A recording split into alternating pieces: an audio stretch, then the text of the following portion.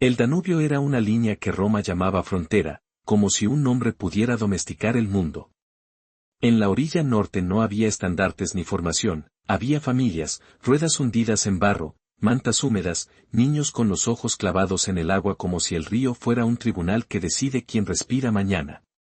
Detrás de esa multitud, el miedo venía montado. No hacía falta verlo para entenderlo. Bastaba con la manera en que llegaban, sin equipaje, con la mirada rota, hablando de aldeas que se convertían en humo. Un rumor nuevo había atravesado las estepas y empujaba a los godos hacia la orilla como una mano invisible. Cuando un pueblo entero se mueve, no es por ambición, es por pánico. Fritiger no lo entendió antes que nadie. Él no lideraba una invasión, lideraba una huida. Y en una huida, el orgullo es un peso que te hunde. Tuvo que escoger entre dos vergüenzas, quedarse y ser barrido por los jinetes del este, o rogar a Roma un permiso que sonaba a rendición. Eligió la rendición que deja vivos. Sus embajadores cruzaron el río en pequeñas embarcaciones y caminaron hacia los puestos romanos con las manos visibles. No pidieron gloria. Pidieron asilo. Prometieron lo que Roma siempre quiere escuchar: obediencia, impuestos, servicio militar. Seremos súbditos leales. Seremos escudo.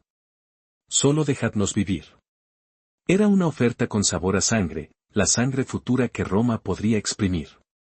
En Antioquía, Valente recibió el mensaje como se recibe un informe de contabilidad. El emperador no veía caras, veía columnas. 200.000 bocas dentro de la frontera podían convertirse en 200.000 manos para el arado, y miles de cuerpos para rellenar las filas del ejército. Cuando un imperio se cree eterno, la humanidad suele convertirse en una variable. La decisión se firmó lejos del barro. Dejadlos pasar. 3 palabras que sonaban a piedad y escondían una trampa: el sello imperial no crea barcos, no llena graneros, no ensancha un río. El decreto era limpio. La realidad no.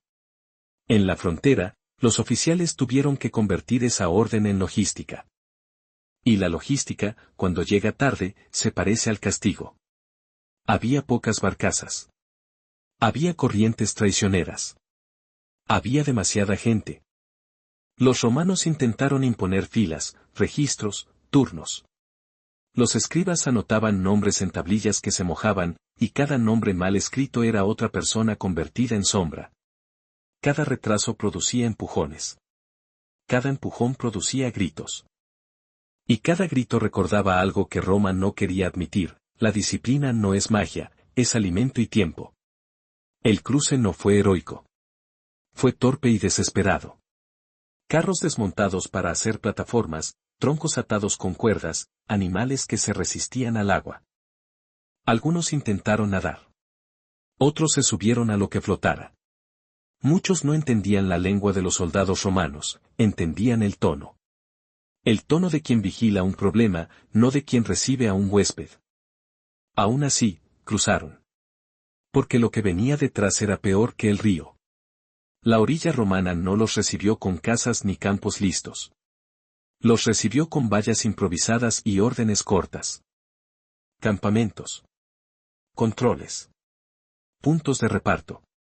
Roma no necesitó levantar la espada para marcar la diferencia, le bastó con separar, agrupar, contar. Convertir a personas en carga, en bocas, en riesgo. Aquí empieza el mecanismo oscuro que siempre acompaña al poder: cuando no puedes destruir a alguien abiertamente, lo administras. Lo mantienes quieto. Lo conviertes en expediente. En un imperio, la vida suele depender de una fila. Fritigerno caminó entre los suyos y vio cómo cambiaba el aire. Al principio había alivio, el alivio bruto de haber escapado. Luego llegó la espera. Esperar el reparto, esperar la autorización para moverse, esperar noticias. La espera tiene una forma de corromper, te hace mirar al guardia como si fuera dueño de tu estómago. Los soldados romanos estaban allí para contener. Contener, en la lengua del imperio, significa mantener quieto lo desesperado. Y lo desesperado no se mantiene quieto con buenas intenciones. Se mantiene quieto con barreras, amenazas, castigos ejemplares. Muchos soldados estaban cansados, mal pagados, irritados por una misión que no habían elegido. Algunos miraban a los godos como a un riesgo. Otros, como a una oportunidad. Porque donde hay filas, hay mercado. Donde hay hambre, hay precio. Al principio, el sistema todavía fingía normalidad. Los puestos de distribución se anunciaban como si fueran solución. Los escribas pedían paciencia. Los oficiales prometían que el grano llegaría. La palabra pronto se repetía como una oración. Pero pronto es una palabra cómoda cuando tú no tienes hijos llorando de hambre. Los campamentos se llenaron de rumores, y los rumores siempre encuentran un camino cuando la información se encierra tras un sello. Roma nos dará tierras. El emperador es misericordioso. Solo es cuestión de días. La esperanza corrió rápido porque la esperanza es ligera. Y sin embargo, junto a esa esperanza viajó otra frase, más pesada y más real: no hay suficiente. No hay suficiente comida. No hay suficiente espacio. No hay suficiente control. No hay suficiente paciencia. Cuando un sistema se queda corto, alguien paga la diferencia. Y rara vez la paga quien firma el decreto desde un palacio. Tú puedes pensar que esto es un problema administrativo, un error de cálculo. Para quienes estaban allí, era un reloj. Cada día de raciones mínimas no era una molestia, era una extracción lenta de fuerza, de orgullo, de disciplina. Un pueblo no se rompe de golpe, se rompe por hambre. Y el hambre tiene una peculiaridad: no discute ideologías. Solo exige. Fritiger no lo veía en los cuerpos. Costillas marcadas. Miradas hundidas. Padres que empezaban a contar migas con una precisión que parecía locura. Las discusiones en las filas crecían. Los ancianos callaban más. Los niños lloraban menos, y ese es el signo que más asusta, cuando el llanto se convierte en silencio. El imperio, mientras tanto, seguía creyendo que el río era la parte difícil. Como si cruzar fuera el final. Como si el control fuera lo mismo que la estabilidad. Roma había abierto la puerta, sí. Pero no había preparado la casa. Y una casa sin pan convierte a los invitados en prisioneros y a los guardianes en dueños. Las pequeñas fricciones empezaron a tener olor a futuro. Un saco de grano que se perdió en el camino. Un oficial que prometía acelerar un trámite a cambio de algo. Un comerciante que aparecía donde no debía aparecer. Una ración que se encogía sin explicación. Nada de eso era todavía una guerra. Pero era el tipo de injusticia que fabrica guerras sin necesidad de proclamas. En Antioquía, Valente podía seguir llamándolo oportunidad. En la frontera, la palabra correcta era otra: presión. Una presión que no se veía en mapas, pero se sentía en el estómago. Fritiger no entendió que la humillación no se disuelve con el tiempo. Se acumula. Se vuelve memoria. Se vuelve lista. Y una lista, cuando encuentra la chispa adecuada, no pide permiso. Roma creyó que había domesticado el caos con un decreto. Pero el caos estaba aprendiendo las costumbres de Roma: filas, sellos, guardias, hambre. Y cuando el primer reparto importante se retrasó otra vez, la frontera dejó de ser el Danubio y pasó a ser algo mucho más íntimo, más inevitable: el estómago. El Danubio ya quedaba atrás, pero el verdadero límite no era el agua.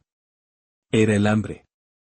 Una vez dentro, los godos descubrieron que cruzar la frontera solo cambia el tipo de jaula: fuera te persigue el jinete, dentro te cuenta el escriba.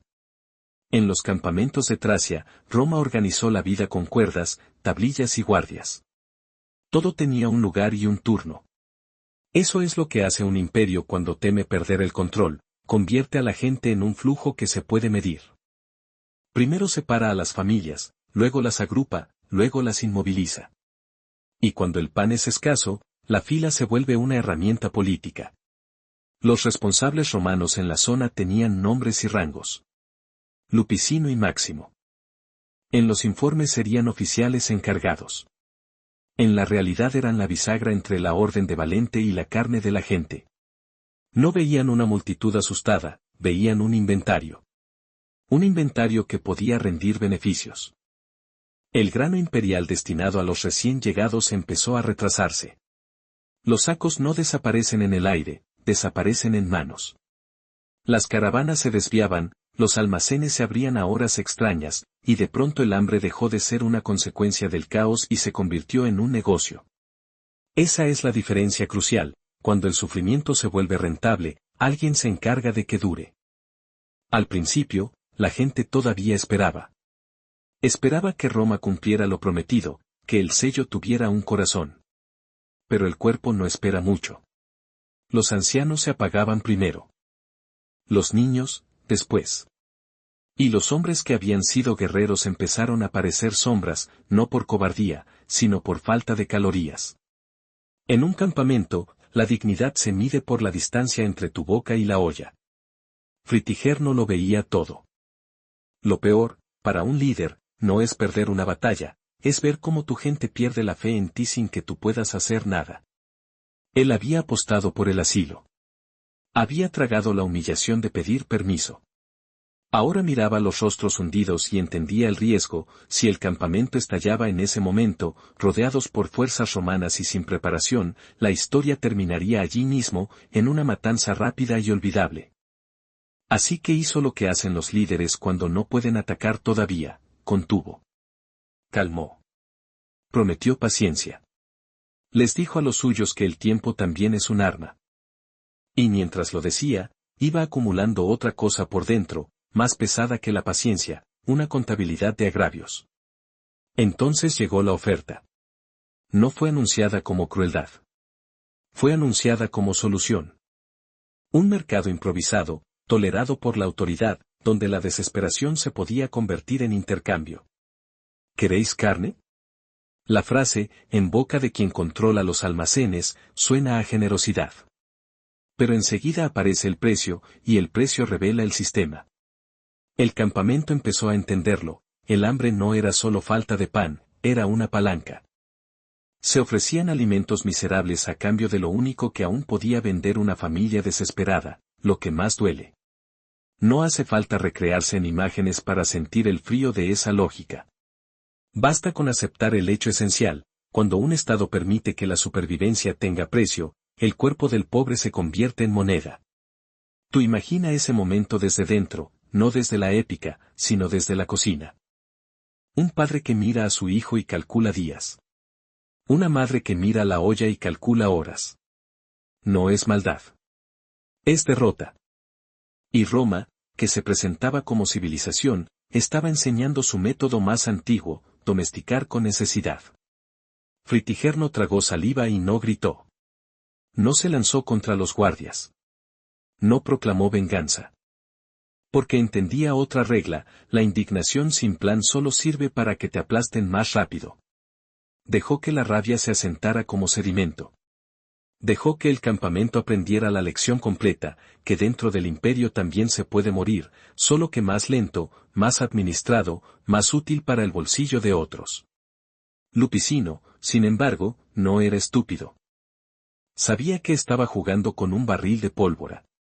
Un campamento lleno de hambre es un campamento lleno de cuchillos invisibles. Y el poder romano tiene un reflejo cuando siente presión: aislar la cabeza del cuerpo. Si cortas a los líderes, piensas, cortas la rebelión.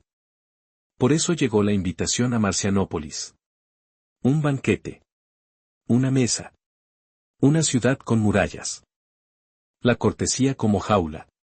Lupicino mandó decir que quería negociar, organizar, resolver. Palabras suaves, como las que se escriben en los decretos. Fritigerno sospechó, pero también entendió el juego: negarse era admitir miedo, ir era exponerse. Eligió ir con cuidado, porque a veces no puedes evitar la trampa, solo puedes intentar salir de ella vivo.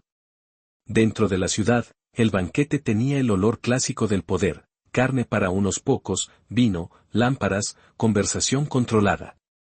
Fuera de esas paredes, la gente seguía contando migas. La distancia entre ambas escenas era el verdadero escándalo. Mientras los líderes godos estaban sentados, los soldados romanos comenzaron a presionar el campamento. Hostigamientos, empujones, provocaciones. No hacía falta una gran orden: bastaba con permitir la fricción. La fricción hace el resto. Y cuando el hambre ha estado 2 años viviendo en tu espalda, cualquier chispa se convierte en incendio. La tensión estalló. Dentro del salón, las caras cambiaron. La diplomacia se volvió gesto. Los guardias de Lupicino sacaron armas.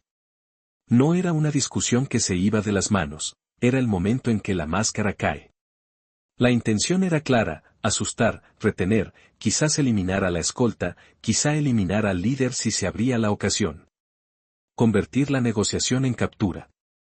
Pero las trampas no siempre salen limpias.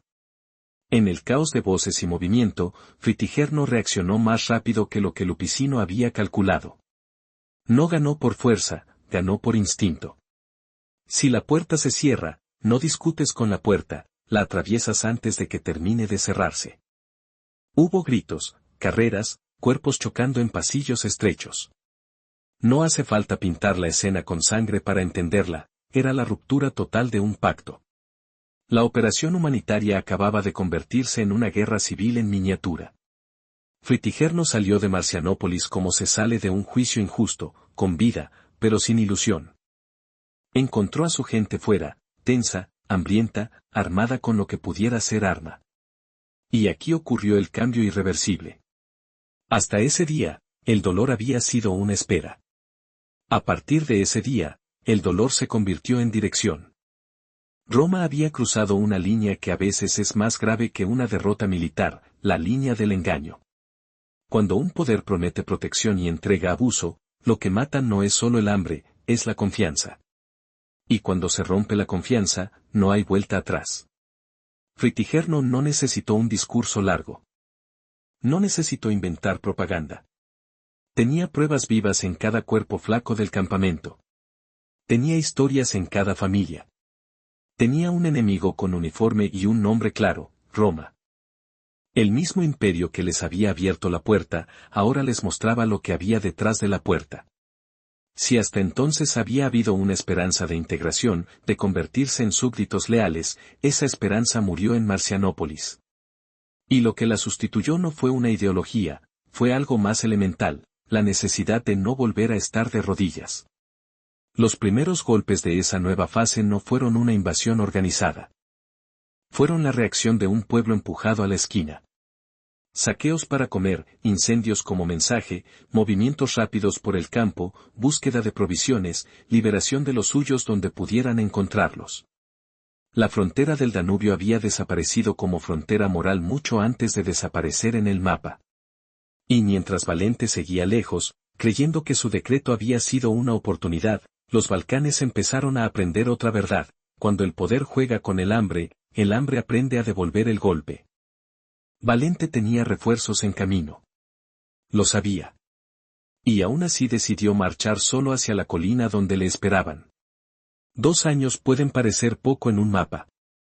En el terreno son una vida entera. Desde Marcianópolis, los godos dejaron de ser refugiados y se convirtieron en un pueblo armado por la necesidad. No tenían una capital que proteger ni un senado que convencer.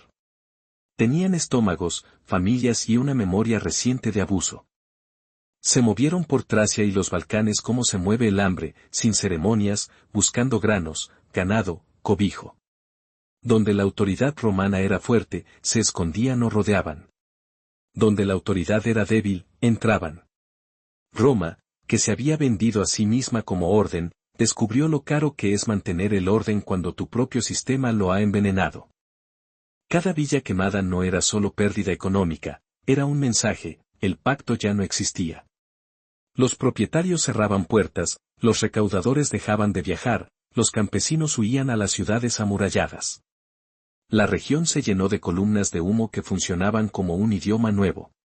Mientras tanto, en el este, Valente seguía atado a otra guerra.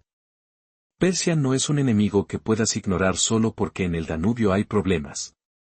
Pero el Danubio no era un problema menor, era la idea misma de frontera resquebrajándose. Cuando por fin Valente cerró una tregua apresurada con los persas, lo vendió como estrategia.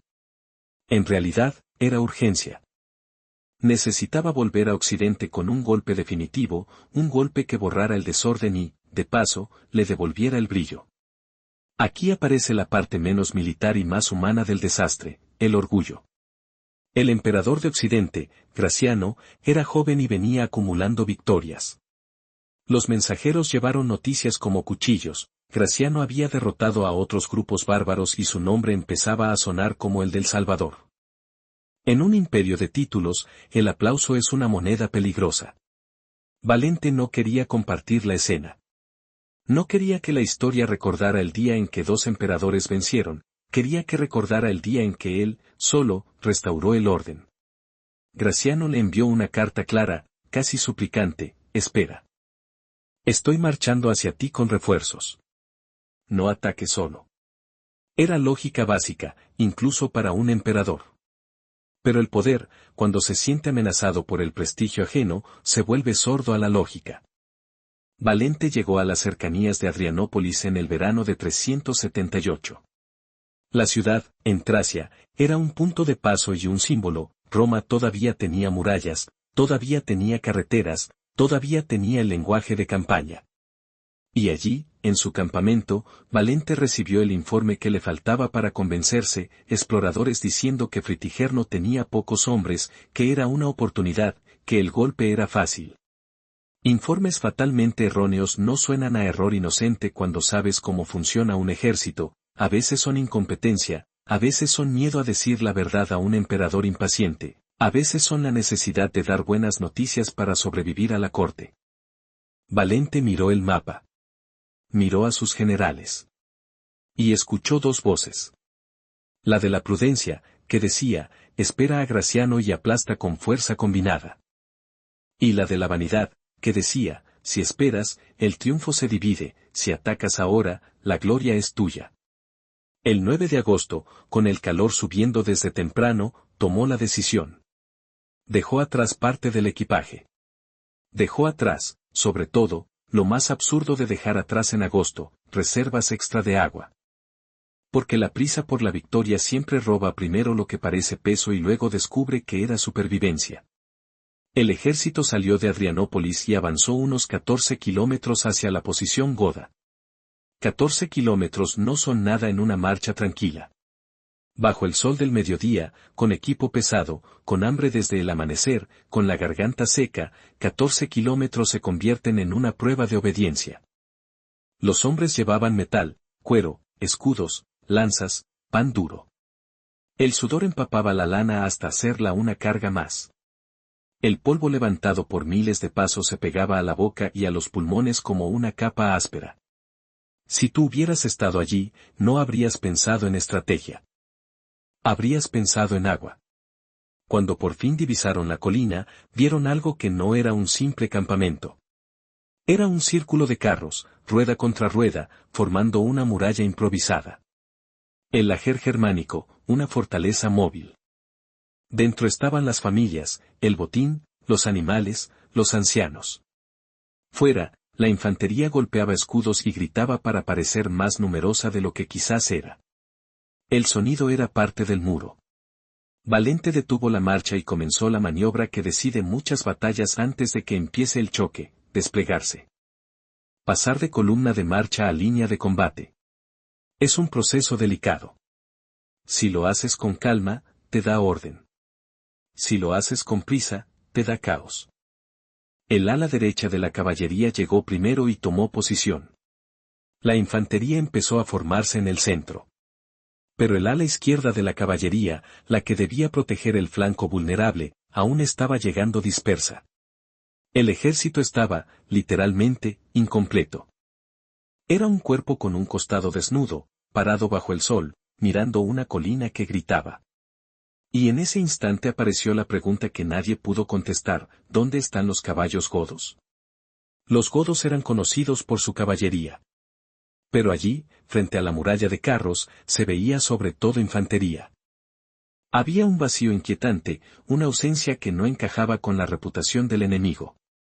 Fritigerno observaba desde arriba y entendía la misma ausencia como ventaja. Sabía la verdad que Valente no sabía: su caballería no estaba allí todavía. Sus jinetes estaban lejos, forrajeando, buscando alimento para las monturas.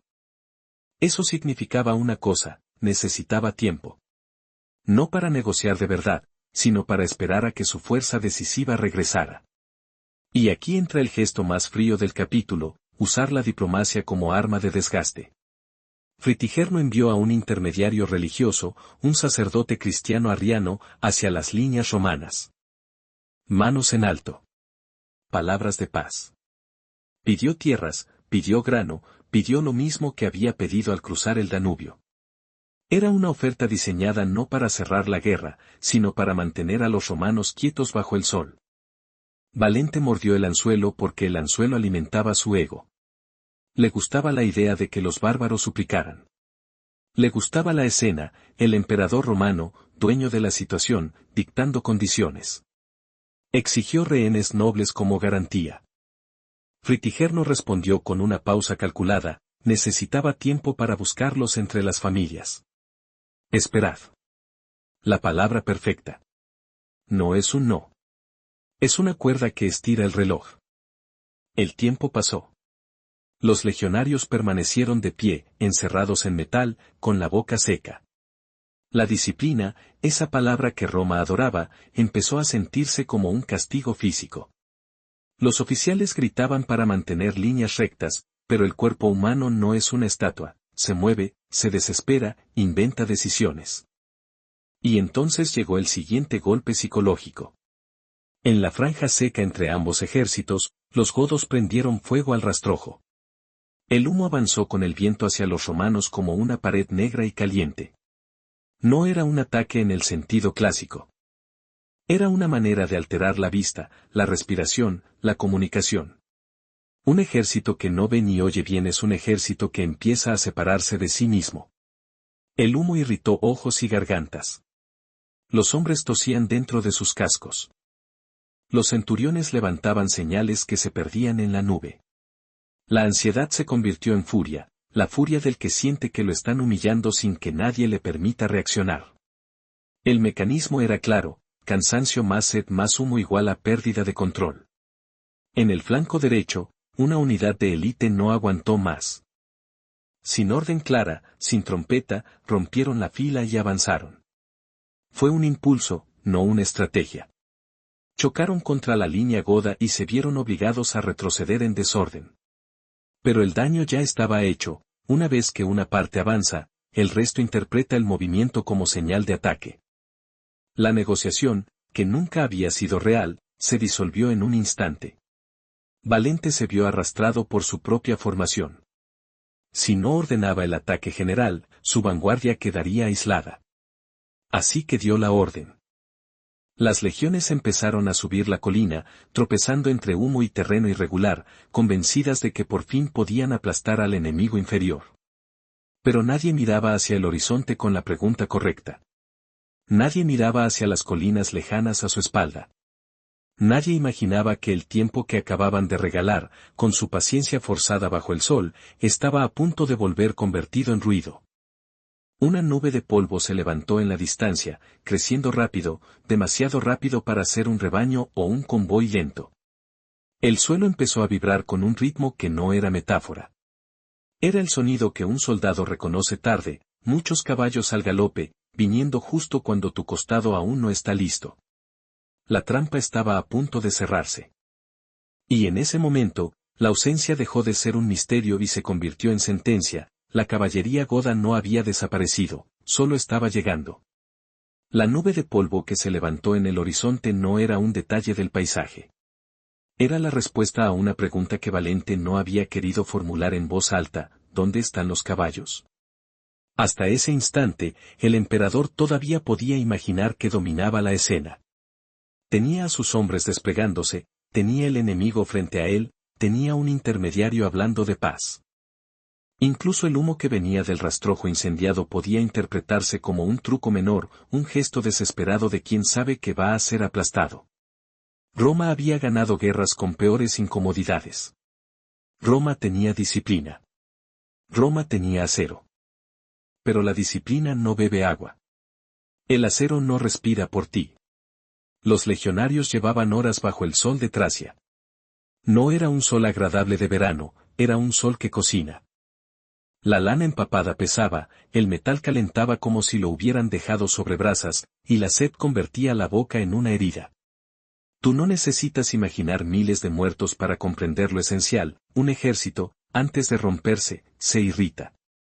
Se impacienta. Se ofende. Y ese orgullo herido bajo el calor es combustible.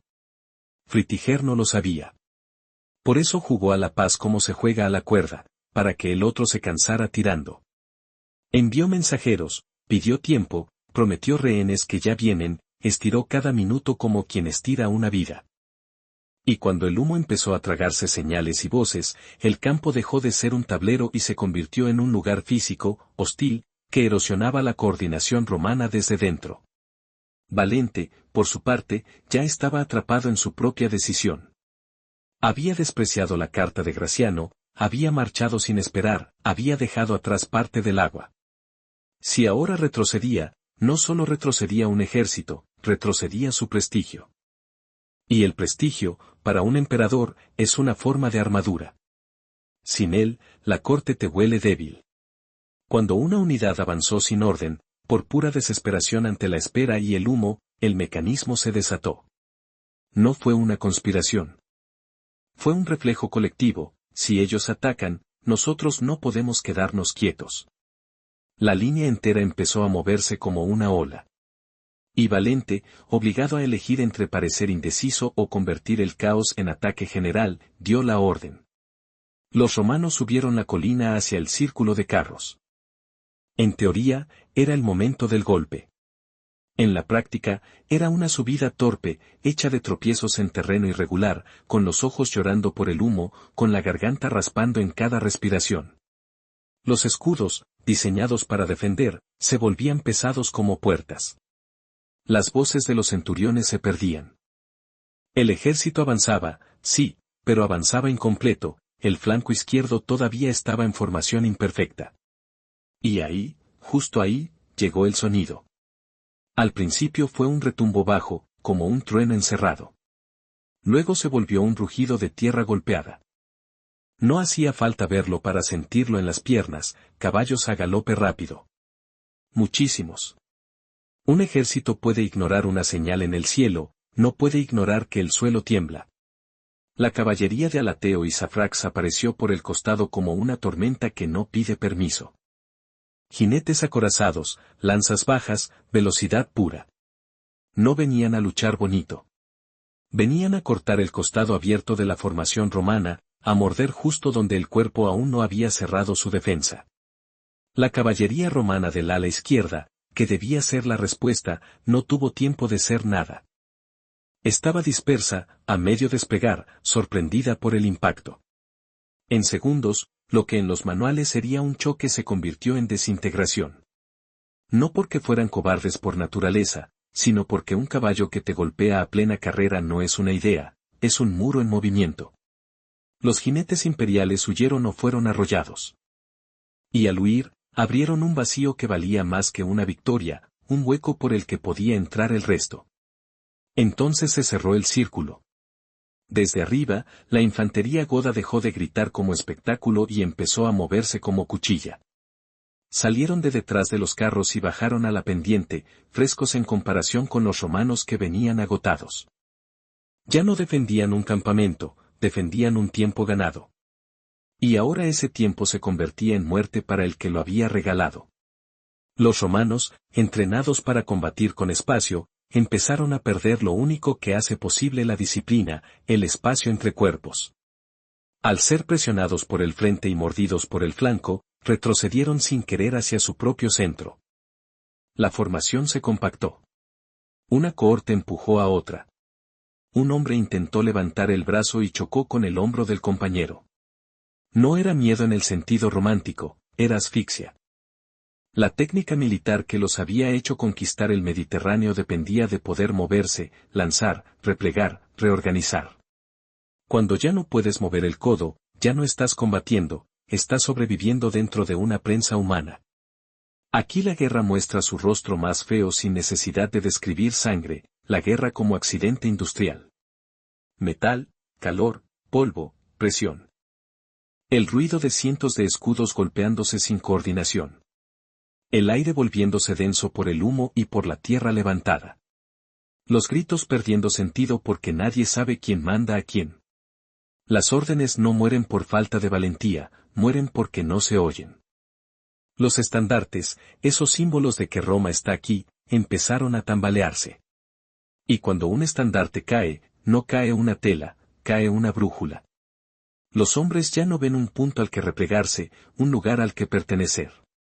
En el caos, el ejército empieza a fragmentarse en unidades invisibles, grupos que solo saben mirar a su derecha y a su izquierda, buscando un rostro familiar. Valente estaba en el centro, donde se supone que está el control. Pero el centro, en una envoltura doble, es el lugar donde el control se vuelve teatro.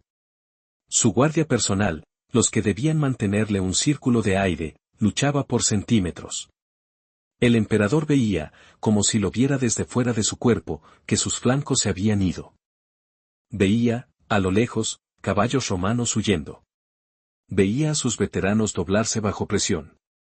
Y en ese momento, la soberbia ya no sirve, la soberbia no empuja al enemigo, no abre un camino, no crea oxígeno. Queda el pánico, pero un pánico silencioso, el pánico de quien entiende que su posición se ha convertido en una trampa. Los godos no estaban allí para negociar nada. No había espacio psicológico para capturar y pedir rescate. La memoria de los campamentos, de las raciones robadas, del pacto roto, convertía la batalla en ajuste de cuentas. Y cuando una batalla se convierte en ajuste de cuentas, las reglas que protegen a los poderosos se debilitan.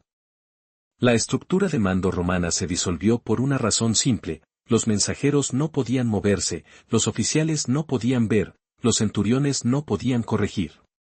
La maquinaria que había sido Roma no se rompió en un instante, se atascó. Y un mecanismo atascado, bajo presión, colapsa.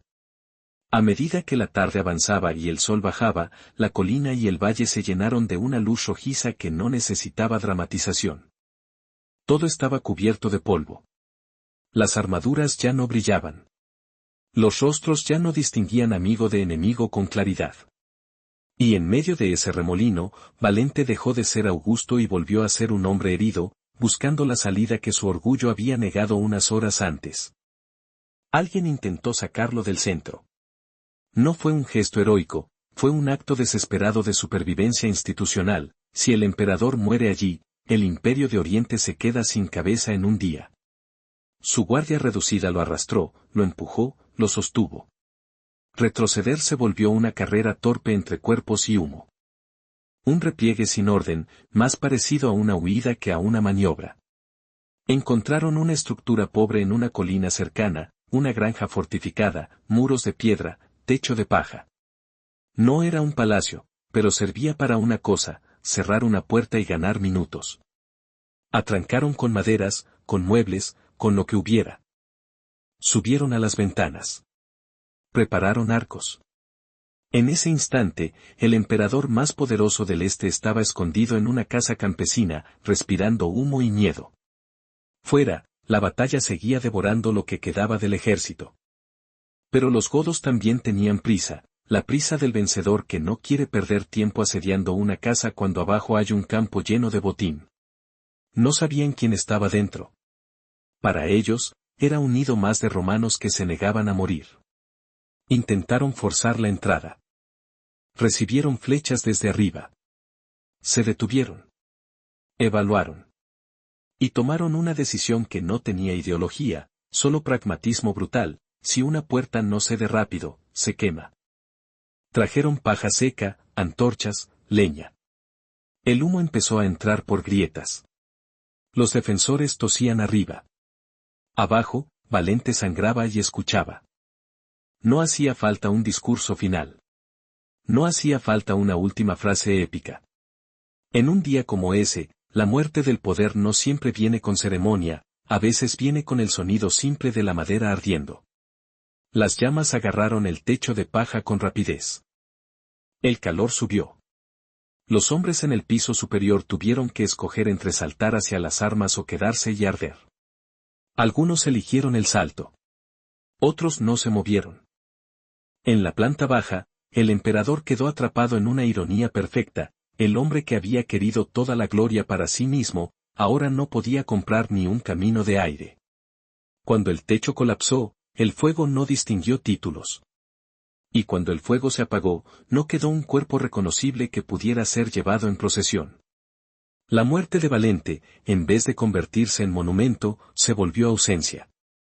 Y esa ausencia era más peligrosa que una derrota. Porque un imperio puede perder soldados y reclutar más. Pero cuando pierde el mito, cuando pierde la idea de que Roma siempre vence, lo que queda es una pregunta que nadie quiere oír en voz alta: ¿quién manda cuando la púrpura deja de verse? En algún lugar del humo, el estandarte imperial desaparece, y nadie puede decir con certeza dónde terminó el emperador. La tarde había dejado el campo convertido en una cosa irreconocible, y la noche no trajo alivio. Solo cambió el tipo de miedo.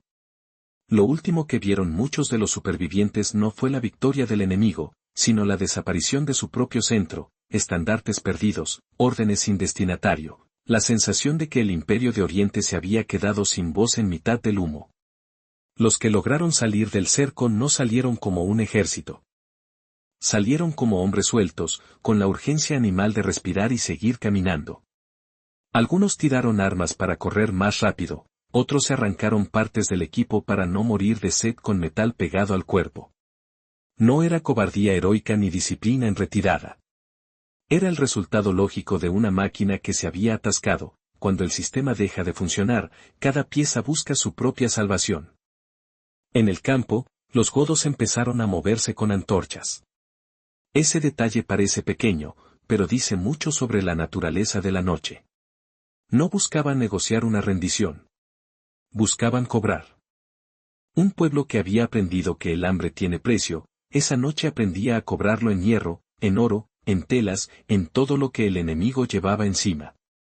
La guerra, en la oscuridad, se convierte en inventario. Los romanos habían construido su prestigio sobre símbolos: el águila, la disciplina, la idea de que sus soldados eran una extensión del Estado. En Adrianópolis, esos símbolos se hundieron en el barro sin ceremonia. Y entonces ocurrió una ironía que pesa más que cualquier cifra de bajas: los vencedores cambiaron de piel. En pocas horas, muchos godos dejaron de parecer una horda improvisada y empezaron a vestirse con la armadura y las espadas del ejército imperial. Roma, sin querer, estaba equipando a quienes acababan de desmentir su invencibilidad. No hacía falta un tratado para transferir poder, bastaba con un campo lleno de equipo romano disponible. Lo que quedaba de las unidades romanas intentó reagruparse, pero ¿con qué? ¿Con qué mando? ¿Con qué estandarte? ¿Con qué confianza? Y sobre todo, ¿con qué emperador? La muerte de Valente no llegó como noticia clara, porque no hubo cuerpo que exhibir ni discurso final. Hubo ausencia. Y la ausencia es la forma más peligrosa de rumor: no se puede refutar, no se puede confirmar, solo se expande.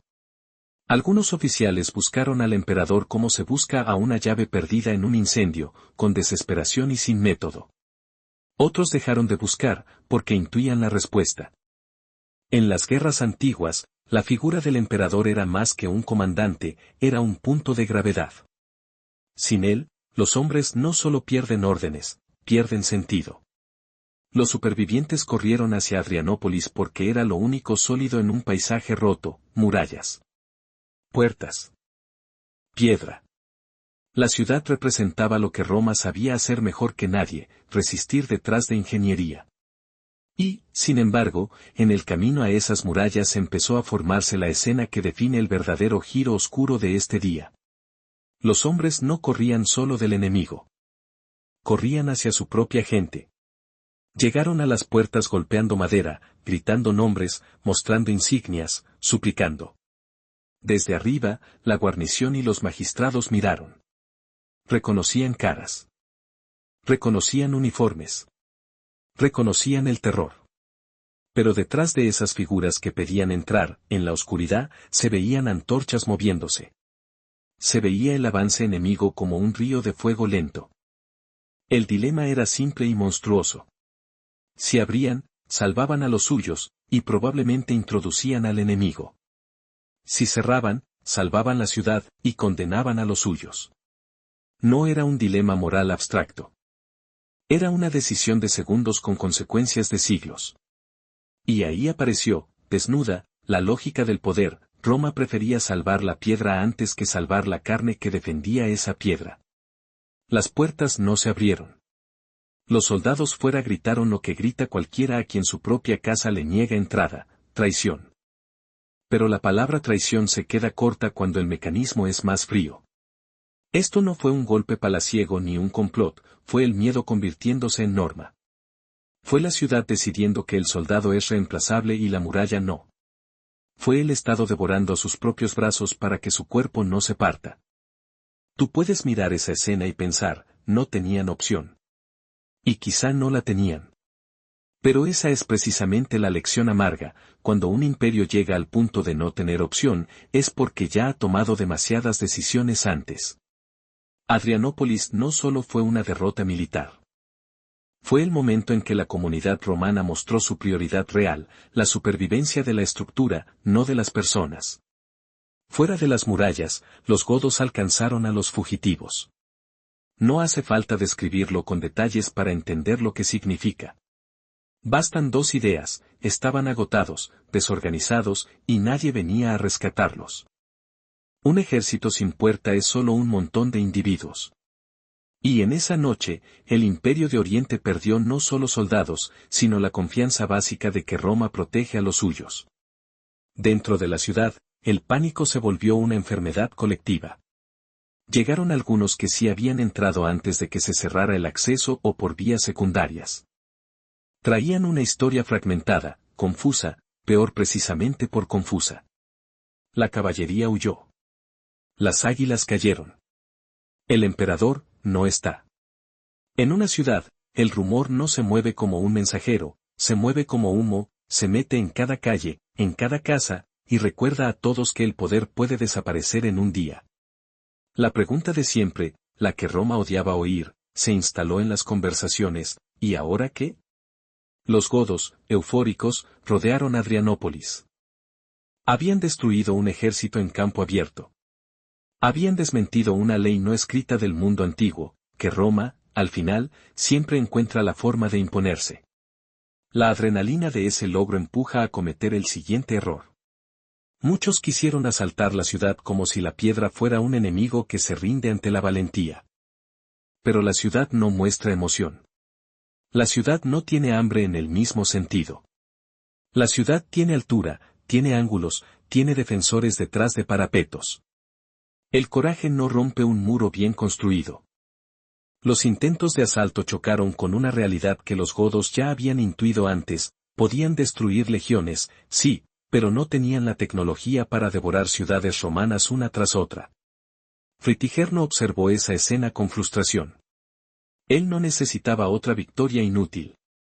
Necesitaba comida. Necesitaba mantener unida a una masa de gente que no era solo guerreros, sino familias enteras. La guerra, para él, seguía siendo supervivencia. Y la supervivencia no se logra mordiéndole a la piedra hasta sangrar. Por eso cortó el impulso. Dio la orden de retirada del asalto. Y dejó una frase que resumía su pragmatismo, una frase corta como un cuchillo: yo no hago la guerra contra las paredes. No era cobardía. Era cálculo. Era entender que la victoria en campo abierto no te da automáticamente el dominio de un territorio lleno de fortalezas. Así que los godos se alejaron de Adrianópolis sin tomarla. La ciudad sobrevivió, pero no salió intacta. Había salvado su tesoro, sus muros, su estructura. Había perdido algo menos visible y más caro: la idea de comunidad. A partir de ese momento, dentro de muchas ciudades romanas, los habitantes mirarían al soldado de otra forma, como alguien que puede ser sacrificado cuando conviene. Mientras los godos se movían por la región, los caminos se llenaron de mensajeros. Algunos caballos galoparon hacia occidente buscando a Graciano, cargados de una noticia difícil de creer.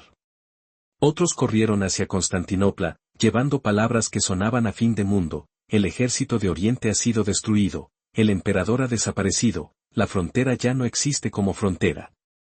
Eso fue lo que hizo de Adrianópolis un cataclismo psicológico. No era solo una batalla perdida. Era la amputación de un brazo. No había reservas infinitas esperando. No había una república con ciudadanos dispuestos a llenar las filas por patriotismo antiguo. Había un imperio cansado, extendido, que dependía cada vez más de soluciones rápidas y manos ajenas. Y ahí aparece la consecuencia que la propaganda romana siempre intentó ocultar: los imperios no se caen solo por enemigos externos. Se caen cuando su propio diseño deja de sostener a quienes lo sostienen. Los godos, ahora armados con acero romano y con una moral inflada por la victoria, se dispersaron por el territorio como una marea que busca alimento. Se apoderaron de villas, tomaron graneros, cortaron rutas. Y cada columna de humo que se elevaba en el horizonte era una señal para las ciudades: vuestro campo ya no os pertenece. Vuestro afuera ya no está bajo control. Constantinopla, la joya del Bósforo, se convirtió en la idea inevitable. No porque los godos supieran conquistarla de inmediato, sino porque era el símbolo máximo. Si el rumor había matado la invencibilidad romana en Adrianópolis, la visión de la capital amenazada podía terminar de quebrar el mundo. En los muelles del Cuerno de Oro, los ricos empezaron a cargar barcos. En los foros, la plebe empezó a exigir explicaciones. En los pasillos del palacio, la ausencia de Valente se volvió un vacío que nadie podía rellenar con palabras. Y en las carreteras que conducían al este, entre refugiados y carros, comenzó a circular una certeza silenciosa: si los godos no podían morder las paredes de Adrianópolis, buscarían una presa más grande, una presa que alimentara su marea humana y humillara la idea misma de Roma. Constantinopla empezó a oír el nombre de Fritigerno como se oye una tormenta antes de verla. Constantinopla no vio primero a los godos. Vio a sus propios refugiados, una corriente humana entrando por las calzadas, carros volcados, animales flacos, familias que habían dejado los campos atrás y traían en los ojos una sola noticia, repetida de 1000 formas: el ejército de Oriente se ha roto. Las murallas seguían allí, altas, seguras, como si la piedra pudiera negar el pánico. Pero el pánico no necesita entrar por la puerta, se cuela por la palabra. Valente ha desaparecido. Las águilas cayeron. No queda nadie en campo abierto. La ciudad escuchó esas frases como se escucha un trueno lejos del mar: todavía no llueve, pero ya sabes que algo viene. Los ricos comenzaron a mover el miedo con eficiencia. Cargaron cofres, subieron a barcos en el Cuerno de Oro, buscaron excusas con el mismo tono con que antes buscaban privilegios. La plebe, en cambio, se agolpó en plazas y foros exigiendo protección, culpables, promesas. Y en medio de ese ruido, el palacio imperial tenía un silencio particular: el silencio de la sucesión improvisada, de la silla que de repente parece demasiado grande para cualquiera. Allí estaba Domnica, la viuda de Valente. La historia suele retratar a las viudas como sombras. En Constantinopla, Domnica actuó como lo que era: una pieza política con instinto de supervivencia. Podía huir con el tesoro y salvarse en otra ciudad. Podía esconderse tras el protocolo y esperar a que alguien más resolviera el desastre. Pero entendió algo que Valente no entendió a tiempo: el imperio no es un hombre, es una idea. Y las ideas, cuando se abandonan, no vuelven. Domnica tomó una decisión que rompía la costumbre sin romper la lógica del poder. Abrió las bóvedas. Sacó oro acumulado durante generaciones. No para comprar paz, sino para comprar tiempo. Y el tiempo, en un asedio que aún no existe pero ya se siente, se compra con brazos y metal. De pronto la ciudad se convirtió en un taller. Herreros trabajando de noche, reafilando acero viejo, enderezando puntas de lanza. Hombres que nunca habían sido soldados aceptando salario de soldado. Estibadores, panaderos, esclavos, comerciantes, incluso senadores demasiado mayores para creer que la edad los protegería. Domnica pagó por una ilusión necesaria: que Constantinopla no era una multitud atrapada, sino una comunidad armada. Tú, si estuvieras allí, quizás sentirías la tentación de llamar a eso patriotismo. Pero en realidad era otra cosa, más oscura y más honesta: miedo organizado. La capital se defendía no porque amara la guerra, sino porque sabía lo que significaba perderla. En Adrianópolis, Roma había perdido su invencibilidad. En Constantinopla, podía perder su continuidad. Cuando por fin los godos aparecieron en el horizonte, la escena fue casi decepcionante en su simplicidad, una marea, sí, pero una marea sin máquinas de asedio, sin torres, sin arietes. Guerreros y familias, carros, botín, caballos. Parecía una amenaza enorme y, al mismo tiempo, incompleta para lo que significaba tomar una ciudad como esa. La amenaza real no era solo física. Era psicológica. Venían con armaduras romanas saqueadas, con espadas romanas, con la confianza de quienes habían hecho caer a un emperador. Venían con la idea peligrosa de que el miedo derriba murallas. Dominica respondió con otro tipo de miedo. Mandó salir una caballería de mercenarios saracenos, jinetes del desierto pagados con el mismo oro que la ciudad veneraba en tiempos de paz.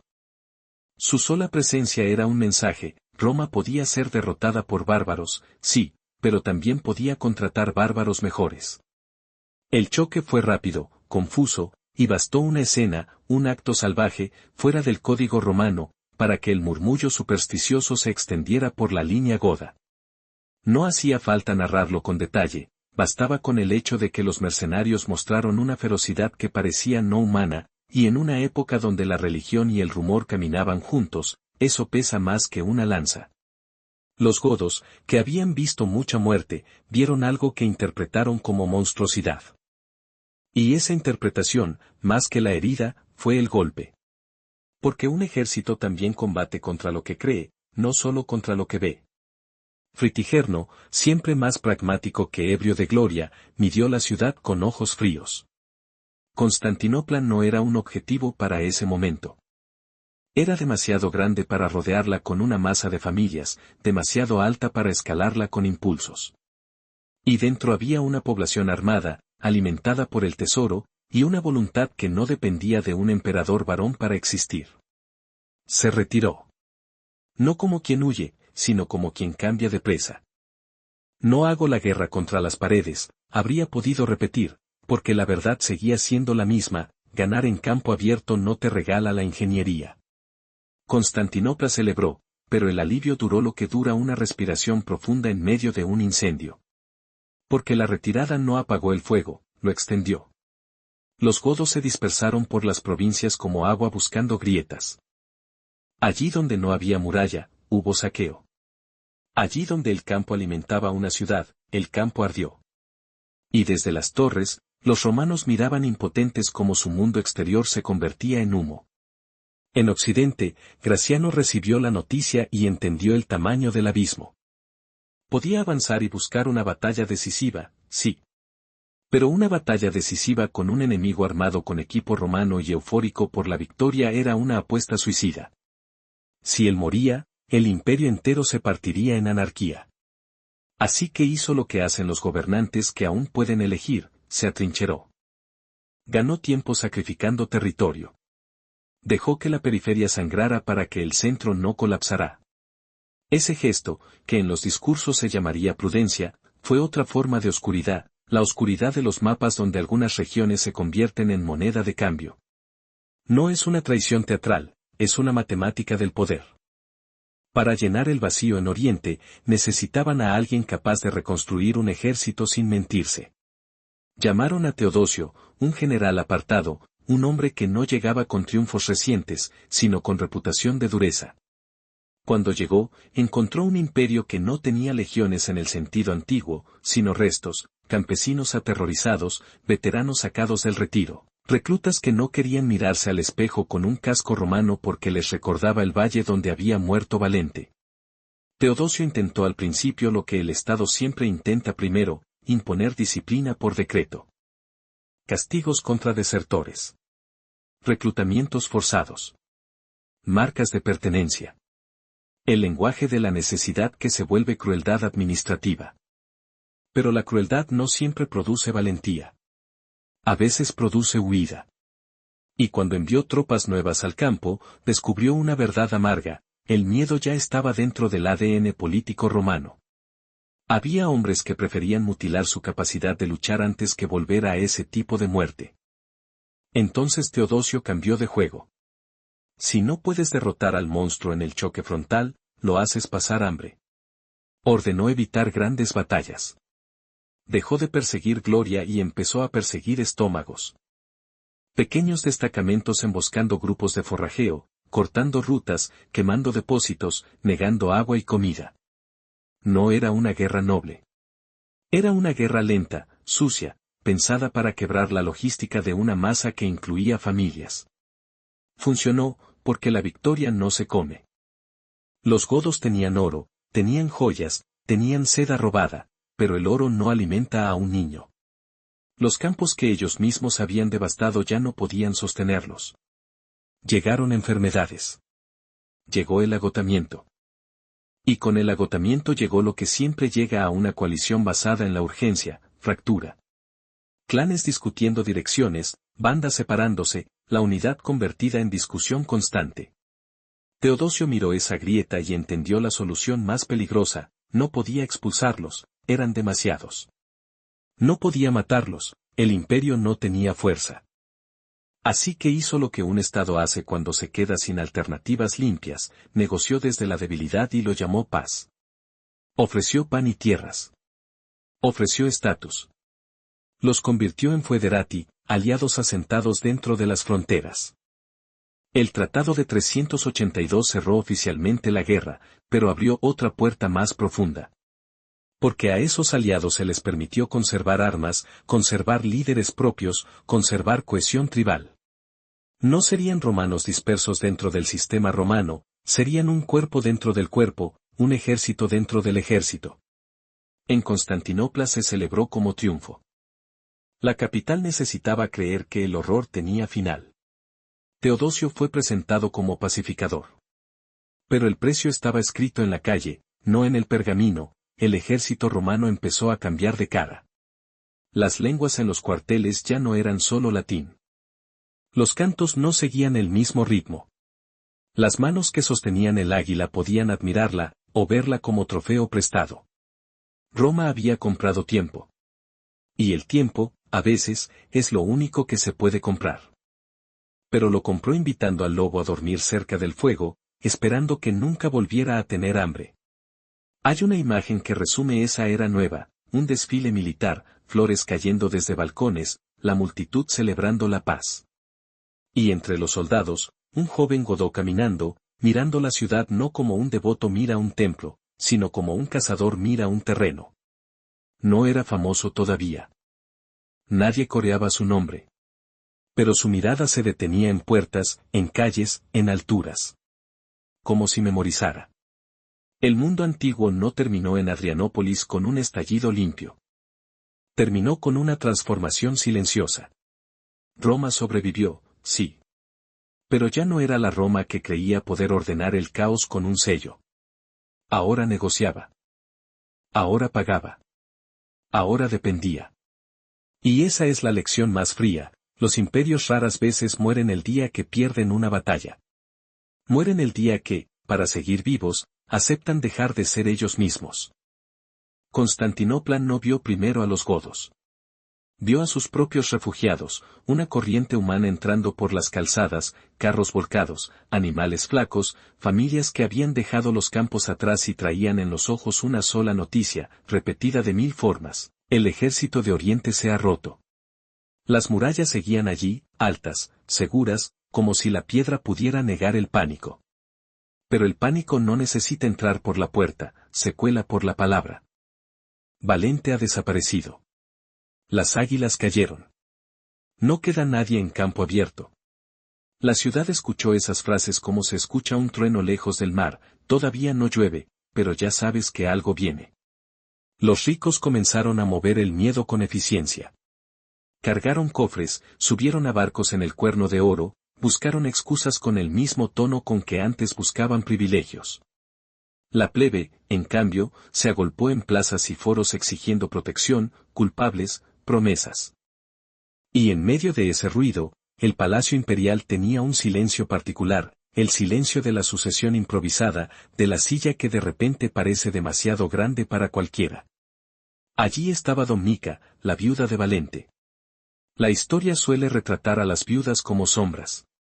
En Constantinopla, Domica actuó como lo que era: una pieza política con instinto de supervivencia. Podía huir con el tesoro y salvarse en otra ciudad. Podía esconderse tras el protocolo y esperar a que alguien más resolviera el desastre.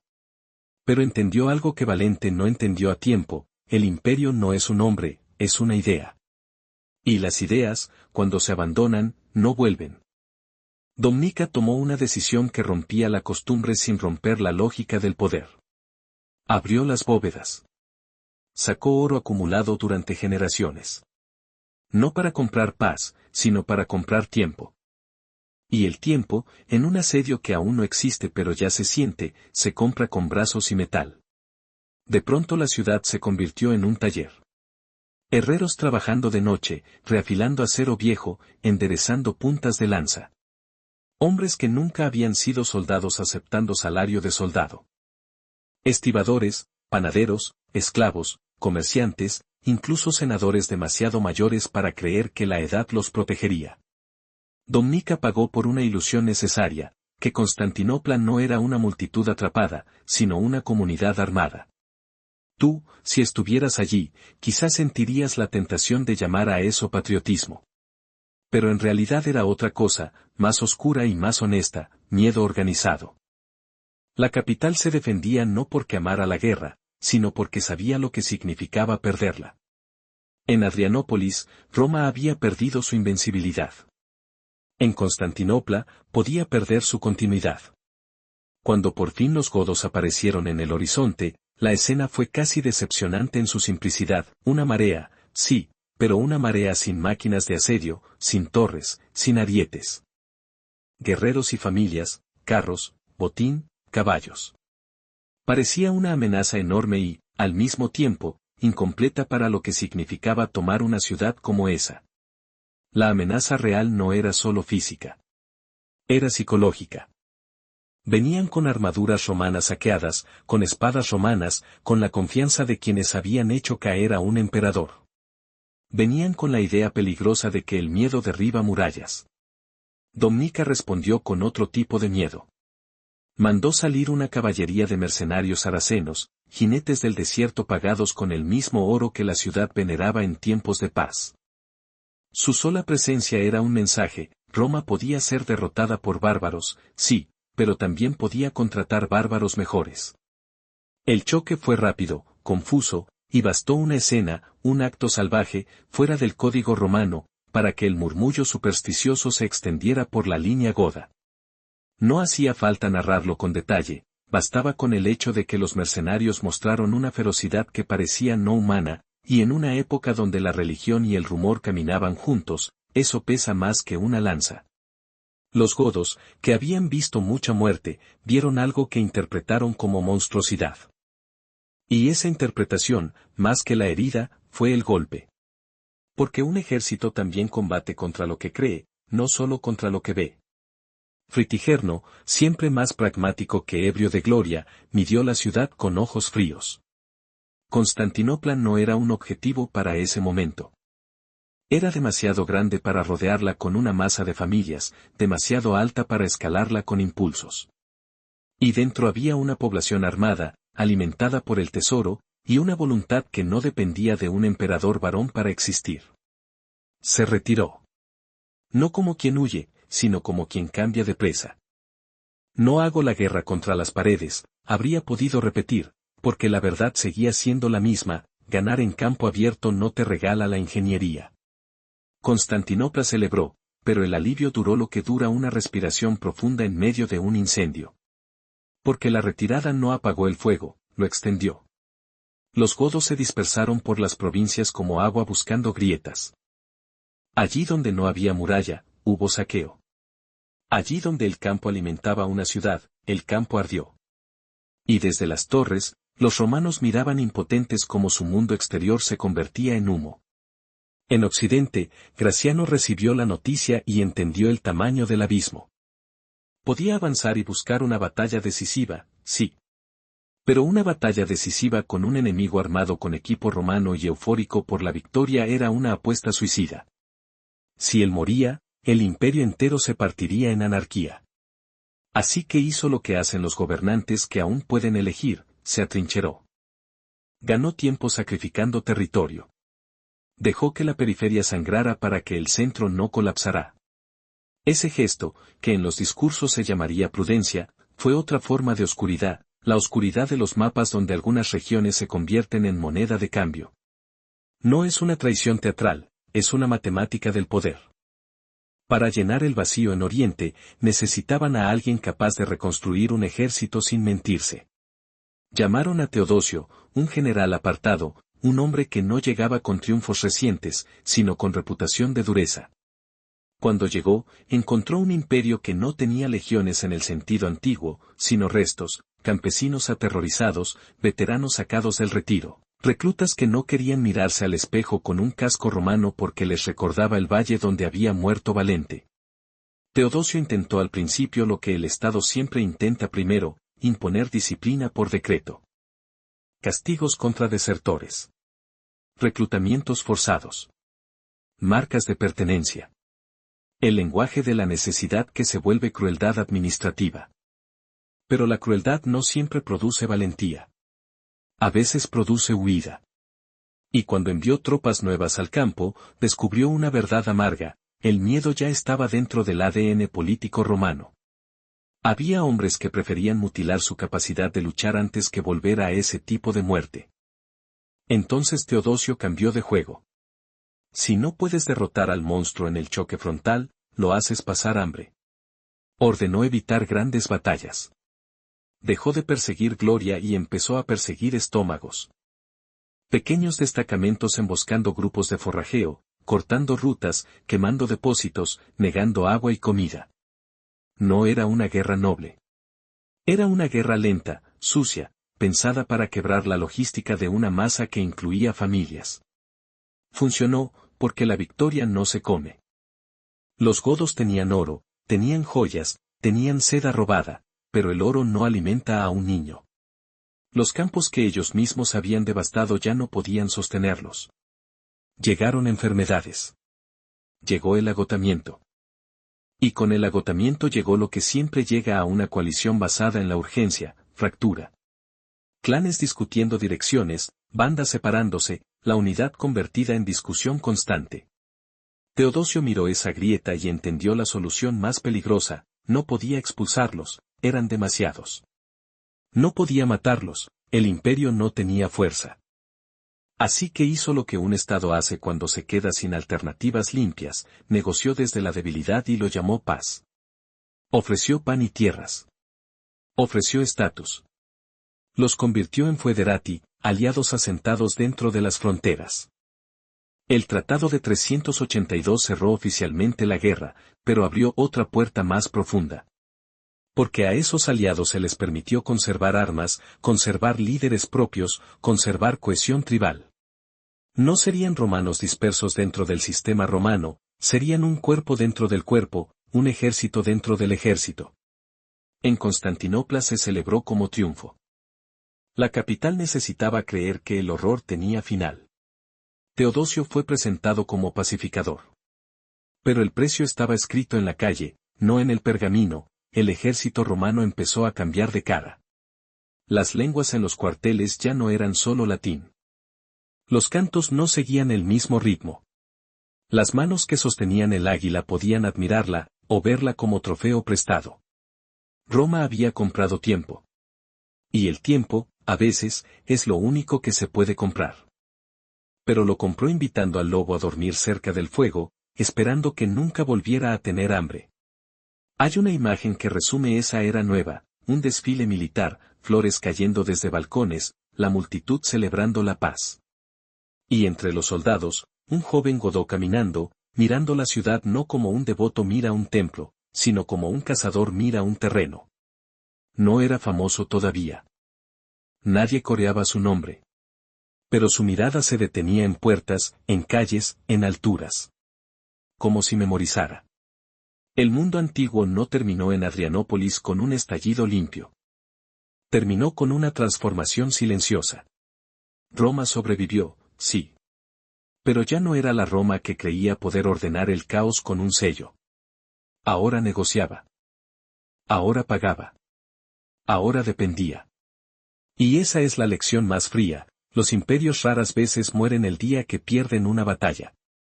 Mueren el día que, para seguir vivos, aceptan dejar de ser ellos mismos.